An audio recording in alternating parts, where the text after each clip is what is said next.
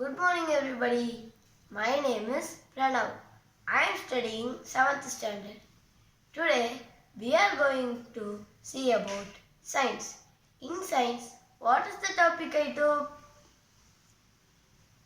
Thunderstorms and cyclones. This is an example of cyclone. This is an example of thunderstorm. First, we will get into the topic thunderstorm. Thunderstorm, before getting into the topic thunderstorm, we'll see some interesting facts about it. This thunderstorm is also known as lightning storm and thunder shower. Now, let's get into the topic.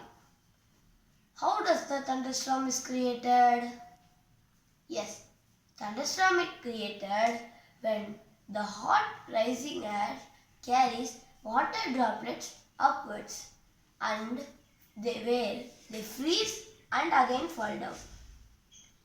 This movement causes lightning, thunder and storm. This is called thunderstorm.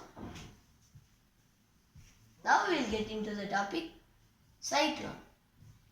Cyclones are nothing but inner spinning causes. This occurs on the water, not on the land. This is why cyclone does not create any of the damages because it's very less. The cyclone's diameter is up to 2 to 4 miles. This causes only less damage. Now we will see precautions for thunderstorm. During thunderstorm, don't go any outside. Don't use cell phones. Don't take shelter under any of the umbrella which have the metallic end. Now we'll see precautions for cyclones. First, if you are in the outside, get in the house.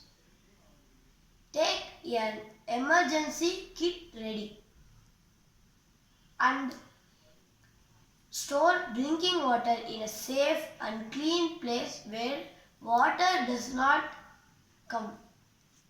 And don't use cell phones. And the last point is don't at all try to drive any of the vehicles.